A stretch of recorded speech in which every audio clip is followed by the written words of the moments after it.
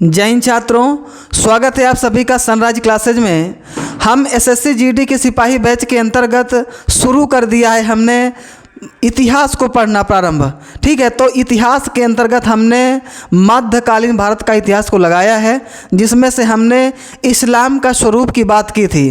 तो आज हम अगले पाठ में पढ़ने वाले हैं कि इस्लाम के तुरंत बाद जो है अरब लोग जो है भारत पर आक्रमण करते हैं। ठीक है, तो आज हम भारत पर अरबों का आक्रमण पढ़ेंगे। ठीक है, तो ज़्यादा से ज़्यादा छात्र हमारे चैनल को ज़रूर सब्सक्राइब करें। ठीक है, और शेयर भी दोस्तों को ज़रूर करें। ठीक है, और एक नोट्स आप जो है ज़रूर बनाते चलें। चलिए देखते हैं।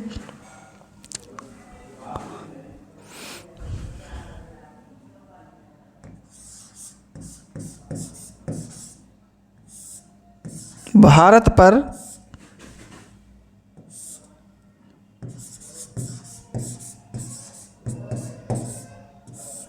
अरबों का आक्रमण।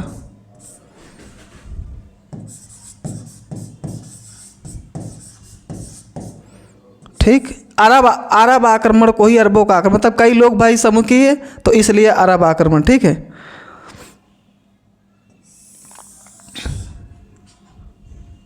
चलें।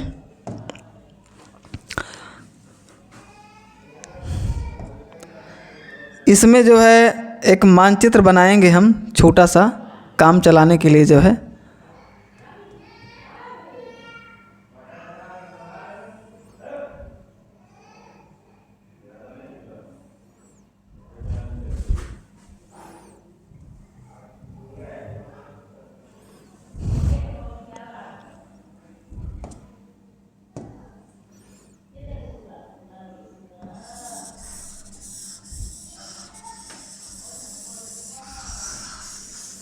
ऐसे जो है मानचित्र बनाना है आपको।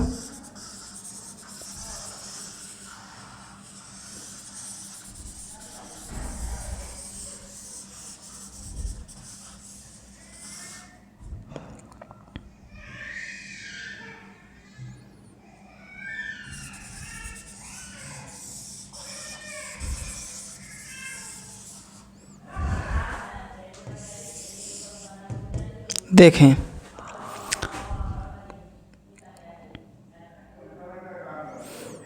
यहाँ हमें कुछ ज़रूरत पड़ेगी, जैसे श्रीलंका का थोड़ा सा इसमें नाम आएगा। ठीक है, श्रीलंका का नाम आएगा। भारत का तो हम पढ़ ही रहे हैं, भारत का इतिहास पढ़ रहे हैं। ठीक है, एक यहाँ एक जो है और भी देश का नाम आएगा, इराक का भी नाम आएगा। तो अब इनका जो है संबंध समझते हैं। ठीक है,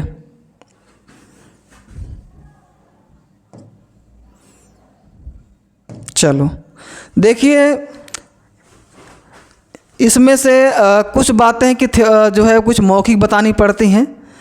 जैसे कि हम अध्ययन कर रहे हैं कि यहाँ भारत पर आक्रमण करेंगे अरब लोग। ठीक है, तो ये आपको एरिया ज़रूर ध्यान रखना है। ये जो एरिया है आपका, ये एरिया जिसे हम क्या बोलेंगे, सिंध प्रांत। कौन सा प्रांत? सिंध प्रांत। ठीक है, एक एक चीज़ लिख दे रहे हैं कि बिल्कुल आपका जो है कंफर्म रहे। सिंध प्रांत। ठीक है, अच्छा, सिंध प्रांत के पास में जो है एक जगह लिखेंगे हम, जो है यहाँ जैसे कराची है, कराची के पास जो है एक बंदरगाह का नाम लिखेंगे। ठीक है, जैसे लिखेंगे देवल बंदरगाह। कौन सा लिखेंगे? एक बंदरगाह का नाम लिख देंगे, देवल बंदरगाह। ठीक है, अभी देखो हर चीज़ भर रहे हैं धीरे धीरे। देवल बंदरगाह। ठीक है, अब देखो कहते हैं कि जो ये सिंध प्रांत था, तो सिंध प्रांत में यानी 7वीं शताब्दी में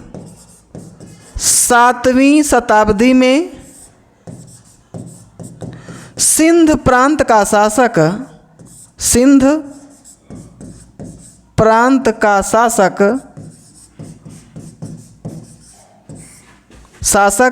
राय सायसी था। कौन?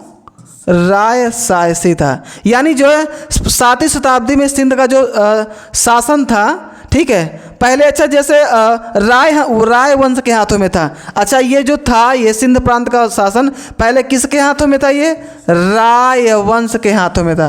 किसके हाथों में था? राय वंश के हाथों में था। ठीक है, राय वंश। तो उसी राय वंश का यानी 7वीं शताब्दी में सिंध प्रांत का शासक जो है राय सायसी द्वितीय था। कौन था भैया? राय सायसी द्वितीय था। ठीक है, अब ये जो सिंध, ये जो है 7वीं शताब्दी में सिंध प्रांत का जो शासन था, शासक था, वो राय सायसी द्वितीय था। ठीक है, जिसकी हत्या चच या चांच नामक व्यक्ति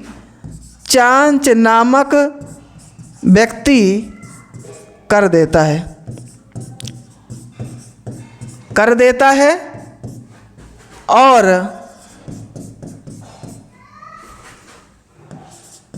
उसी की विधवा पत्नी से विवाह कर लेता है और ब्राह्मण वंश की स्थापना करता है। ये पूछा गया है, ब्राह्मण, ठीक है, शादी करता है लेकिन ब्राह्मण वंश की क्या करता है? स्थापना करता है। ठीक है, ये आपको बात ध्यान रखना है। यानी 7वीं शताब्दी में सिंध प्रांत का जो शासन था वो राय वंश के हाथों में था। ठीक है, राय वंश के हाथों में था। तो राय वंश का अंतिम शासक राय सायसी द्वितीय शासन कर रहा था, जिसमें से एक व्यक्ति आता है चच या चांच नामक व्यक्ति।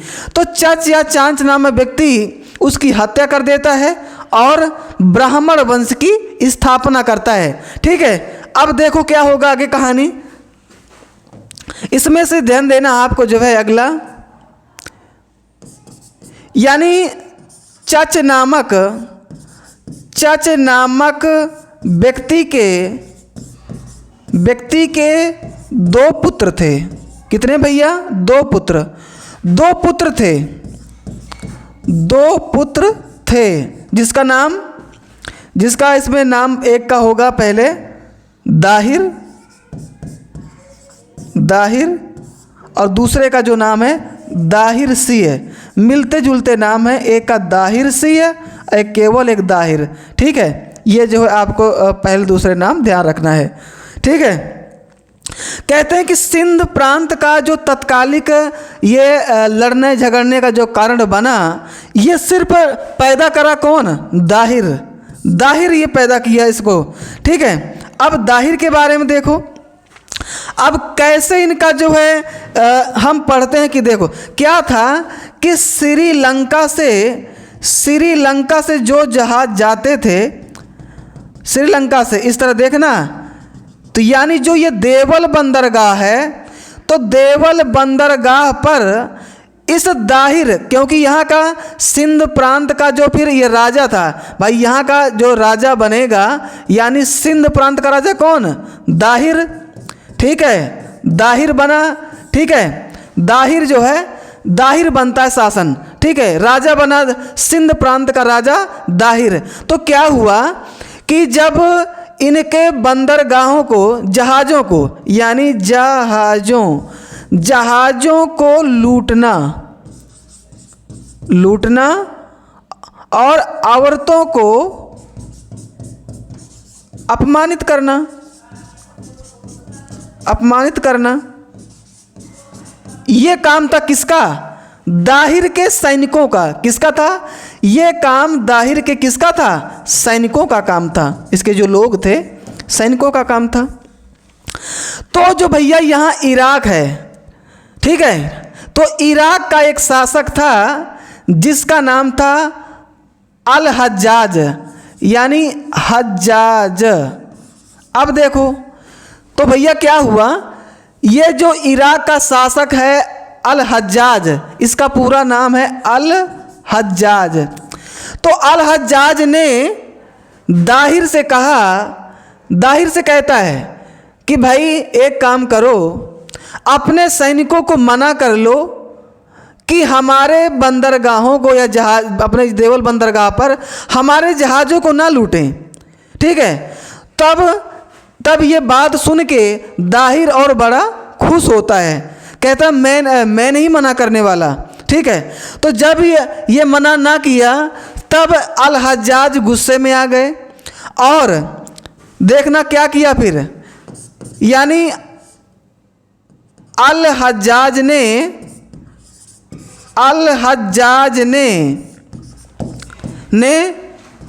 दो सेना नायकों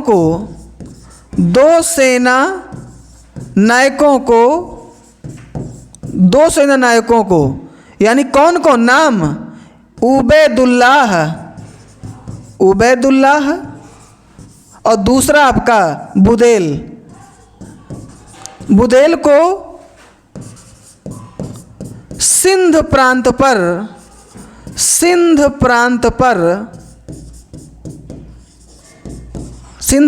पर आक्रमण के लिए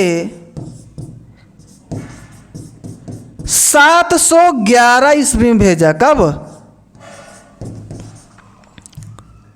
में भेजा?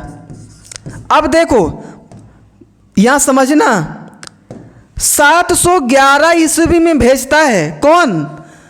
अल हज्जाज भेजता है। किसको? उबैदुल्लाह को, और बुदेल या कहीं बुरदल भी नाम रहता है।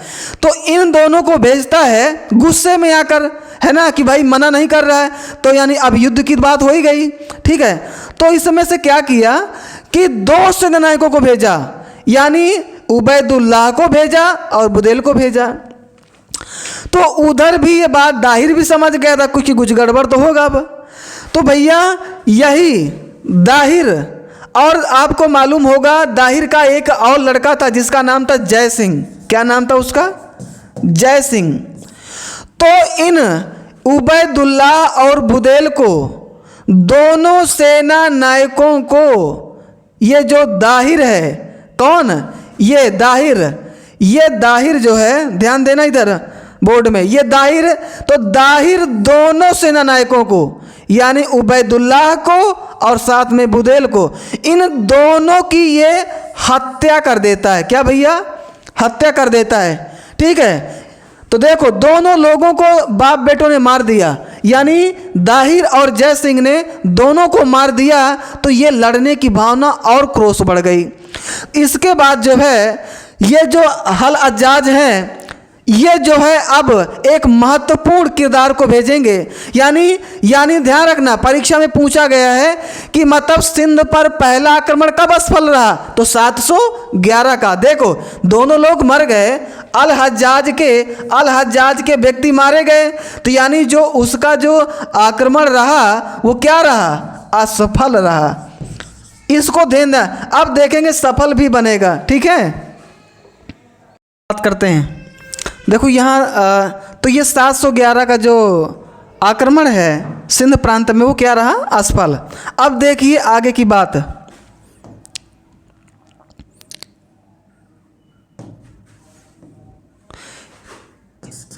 यानी अब जब दो सेना नायकों की हत्या हो गई, जब हत्या हो गई, किसके लोग मारे गए? अल हज्जाज के लोग मारे। तो फिर यानी हज्जाज अपने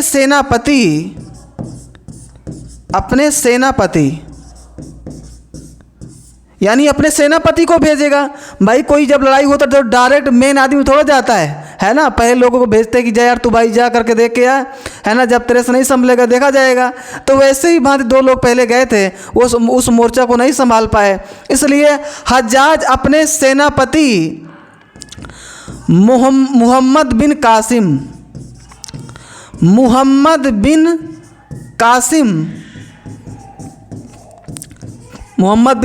को 712 ईस्वी में सिंध प्रांत पर आक्रमण के लिए भेजा। अब देखना यहाँ से, जैसे ही 712 में मोहम्मद बिन कासिम आता है तो सिंध प्रांत में कुछ लोगों को मिलाकर क्या करता है, इस जो है इस दाहिर की जो है, यहाँ जैसे हमने लिखा ये, यानी दाहिर की हत्या कर देता है। यानी दाहिर की क्या कर दे, दाहिर की हत्या, यानी दाहिर को परास्त कर देता है। ठीक है, देख यहाँ पे देना, हज्जाज अपने सेनापति मोहम्मद बिन कासिम को भेजता है से कब, कई बार परीक्षा में पूछा है कि यानी कब किया था आक्रमण, 712 में सिंध प्रांत पर पहला आक्रमण किया है, आक्रमण के लिए भेजा है और दाहिर को परास्त कर दिया है। तो यानी कई बार हमारी परीक्षा में पूछा है कि पहला अरब आक्रमणकारी कौन था, तो मोहम्मद बिन कासिम। ठीक है, मोहम्मद बिन कासिम पहला मुस्लिम अरब आक्रमणकारी है जो खैबर दर्रे से मकरान के रास्ते हुए भारत आया था। ठीक है, और देखो यहाँ पे, यानी ये जो है, यानी क्या, अब देखो हमें क्या में समझना है, यानी 712 का जो युद्ध रहा वो क्या रहा भैया, सफल रहा। क्या रहा, सफल रहा। कई बार परीक्षा में पूछा है। अब जब दाहिर नहीं रह गया, यानी उसको परास्त कर दिया, हरा दिया, जीत हो गई मोहम्मद बिन कासिम की। अच्छा, अब देखो अगले प्रश्न, कहते हैं कि 712 ईस्वी में ही 712 ईस्वी मोहम्मद बिन कासिम ने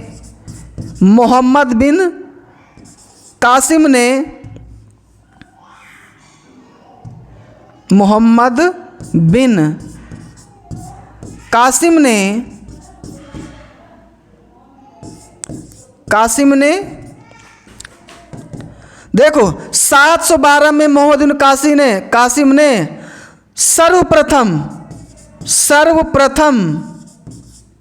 सिंध प्रांत पर क्या लगाया भैया, जजिया कर। बहुत बार पूछा है तो क्या लगा दिया, जजिया कर।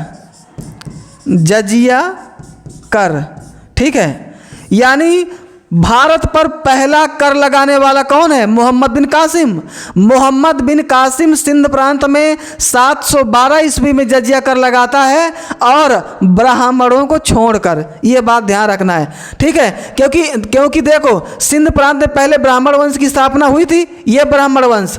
ठीक है, ब्राह्मण वंश तो कहते हैं कि जजिया कर सब पे लगा दिए पूरे सिंध प्रांत में, लेकिन किसे छोड़कर, यानी भैया ब्राह्मण को छोड़कर। अच्छा, अब देखो आपके मन में ये आ रहा होगा कि भाई चलो सेनापति है तो क्यों भेजा आखिर मोहम्मद बिन कासिम को। तो ध्यान रखना, ये जो मोहम्मद बिन कासिम है, यानी देखो, यानी अब ये एरिया जो पूरा है, ये एरिया अब हो गया किसका भाई, ये मोहम्मद बिन कासिम जीत गया ना। मोहम्मद बिन कासिम का एरिया हो गया। ठीक है, जीत हासिल कर ली यहाँ पे, और जैसे जीत हासिल कर ली तो ठीक है, वहाँ 712 में ही कर भी लगा दिया। ठीक है, कौन सा कर, जजिया कर, ब्राह्मणों को छोड़कर।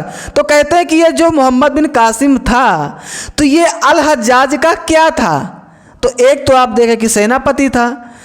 सेनापति के अलावा कहते हैं भैया मोहम्मद बिन कासिम, यहाँ मैं लिख देता हूँ कि क्या था, कहते हैं कि ये दामाद भी था, भतीजा था। ठीक है, क्योंकि मुस्लिम में जानते हो भतीजे में सब शादी ब्याह का सिस्टम। तो कहते हैं सेनापति था, फिर शादी भी कर दी, है ना। तो जो है इसका दामाद भतीजा सेनापति मोहम्मद बिन कासिम था, किसका, अल हज्जाज का। अच्छा, अब देखो भैया, अब क्या प्रश्न देखेंगे आप, यानी कहते हैं कि मोहम्मद बिन कासिम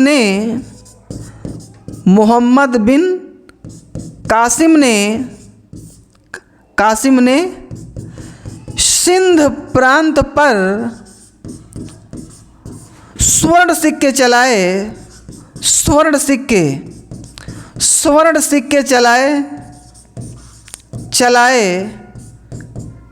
देखो भैया, बहुत बार परीक्षा में पूछा गया है कि मोहम्मद बिन कासिम ने सिंध प्रांत में जो सिक्के चलाए थे उन्हें क्या कहा गया था? तो उन्हें दिनार कहा गया था। क्या कहा गया था? वेरी इंपॉर्टेंट है, कई बार परीक्षा में पूछा है। दिनार क्या है? एक ये स्वर्ण सिक्के हैं जिन्हें मोहम्मद बिन कासिम ने सिंध प्रांत में चलाए थे। ठीक है, ये आपको बात ध्यान रखनी है। अच्छा, ये स्वर्ण सिक्के चलाए और मोहम्मद बिन कासिम ने वहाँ क्या किया था? यानी वहाँ कह रहे हैं ऊँट पालन, खजूर की खेती करना, खजूर की खेती का प्रचलन। ठीक है, बात समझ पा रहे हैं? यानी देखो, वेरी इंपॉर्टेंट प्रश्न है। यानी पूछता है कि दिरहम नामक सिक्के किसने चलाए? मोहम्मद बिन कासिम ने चलाए। कब चलाए? 712 में चलाए। ठीक है, और ये ध्यान रखना है, कहते हैं ऊँट पालन, खजूर की खेती करना, ये प्रचलन सिंध प्रांत में किसने किया? मोहम्मद बिन कासिम ने किया। ठीक है, अब देखो और इसके प्रश्न क्या हैं। कहते हैं कि ये जो दाहिर था, दाहिर तो खत्म हो गया है ना, इसका लड़का जो है बचेगा भी, ये जय सिंह। तो कहते हैं दाहिर की भैया कहते हैं कि दो लड़कियां थी दाहिर की। तो कौन कौन सी थी? एक का नाम सूर्यमला और दूसरी लड़की का नाम था परिमला। क्लियर है? यानी सूर्यमला, परिमला, ये दोनों दाहिर की क्या थी? पुत्री थी। ये पुत्री थी जो है। ठीक है, सूर्यमला, परिमला। अच्छा, ये एक बात और ध्यान देना आपको कि ये जो जय सिंह था, जय सिंह को भी किसी ने परास्त किया है। कौन? यानी इधर ये कश्मीर, एक इधर कश्मीर के शासक ललितादित्य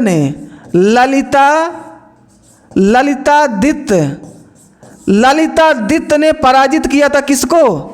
जय सिंह को। यह भी बात ध्यान रखना है, जय सिंह को कश्मीर के शासक ललितादित्य ने परास्त कर दिया था। ठीक है, यह बात आपको जरूर ध्यान देना है। अब देखो और अगले प्रश्न क्या है, आपसे जितने प्रश्न हैं सब बताएंगे। यानी सिंध प्रांत पर पहला सफल आक्रमण मोहम्मद बिन कासिम का 712 का, ये आपको तो रटना ही रटना है। अब देखो क्या अलग से क्या है।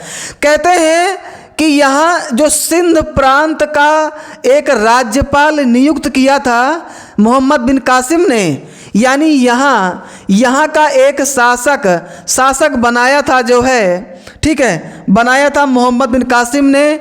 उसका नाम था जुनैद। क्या नाम था? उस व्यक्ति का नाम जुनैद था। क्या नाम था? जुनैद। सिंध प्रांत का गवर्नर बनाया था जुनैद को। ठीक है, और इसी जुनैद को आपके जो है प्रतिहार शासक नागभट्ट ने पराजित किया था। नागभट्ट ने जो है पराजित किया था।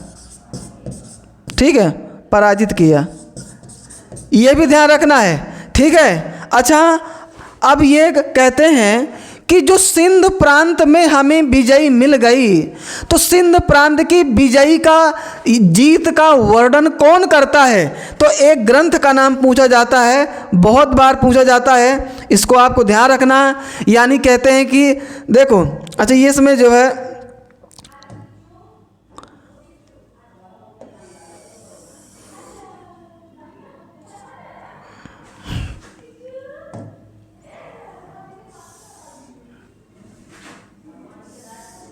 देखें, यानी कहते हैं कि भाई सिंध प्रांत में जो जीत हुई, तो उस जीत का वर्णन कहते हैं कौन सा ग्रंथ करता है, ये हमें जानने की ज़्यादा आवश्यकता है। तो कहते हैं एक ग्रंथ का नाम है चचनामा एक ग्रंथ है, चचनामा पुस्तक है, जिसको लिखा था आपके अली अहमद ने। किसने लिखा था? अली अहमद ने लिखा था। और ये चचनामा पुस्तक उल्लेख करती है किसका? सिंध प्रांत का। सिंध प्रांत पर विजयी का वर्णन करती है, विजयी का यानी जीत का। ये बात आपको ध्यान रखना है, ठीक है। तो चचनामा ग्रंथ है, ये ग्रंथ है चचनामा। चचनामा के लेखक अली अहमद हैं और सिंध प्रांत पर विजयी का वर्णन करती है ग्रंथ चचनामा, जिसके लेखक आपके अली अहमद हैं। अच्छा देखो कि मतलब आप बिल्कुल क्लास को देखिए, डीपली मैं बात बता रहा हूँ, ठीक है। आप और कहीं भी देखना, आपको बिल्कुल अगर बेसिक से जान रहे ना, तो आपको सनराइज के जो मैटर है वो आपको इस बात पर विचार जरूर करेगा सोचने के लिए कि हाँ क्लास वाकई कितनी बहुत बढ़िया दी जा रही है। यानी एक एक बताया जा रहा है आपको, कौन आया, कौन उसको मारा, कौन नहीं, कौन हार गया, कौन दोबारा क्या किया, एकदम बिल्कुल बेसिक से बात आपको बताई जा रही है, ठीक है। तो यहाँ से बस हम एक प्रश्न एक और की बात कर लेंगे। कहते हैं कि जब यानी मोहम्मद बिन कासिम ने अंतिम विजयी कहाँ पाई थी, तो ध्यान रखना मोहम्मद बिन कासिम ने जो है अंतिम विजयी यानी यहीं पाकिस्तान का ही एक जगह है, ठीक है। मानो मैं यहाँ बना देता हूँ, पाकिस्तान का ही एक जगह है जिसका नाम है मुल्तान। क्या नाम है? मुल्तान। तो कहते हैं कि मुल्तान पर मोहम्मद बिन कासिम ने, यानी अब जीत तो पूरी कासिम की चल रही है ना, तो मोहम्मद बिन कासिम ने मुल्तान पर अंतिम विजयी पाई थी, ठीक है। और इसी को कहते हैं, इसी मुल्तान को हम भैया क्या जो है स्वर्ण नगरी के नाम से जानते हैं। क्या? स्वर्ण नगरी के नाम से जानते हैं। तो मुल्तान पर अंतिम विजय पाई है मोहम्मद बिन कासिम ने, स्वर्ण नगरी के नाम से जो जाना जाता है, ठीक है। तो हमें मध्य भारत के इतिहास का पार्ट दूसरा हमने बिल्कुल कवर कर लिया है, ठीक है छात्रों। जय हिंद, कल मिलेंगे फिर।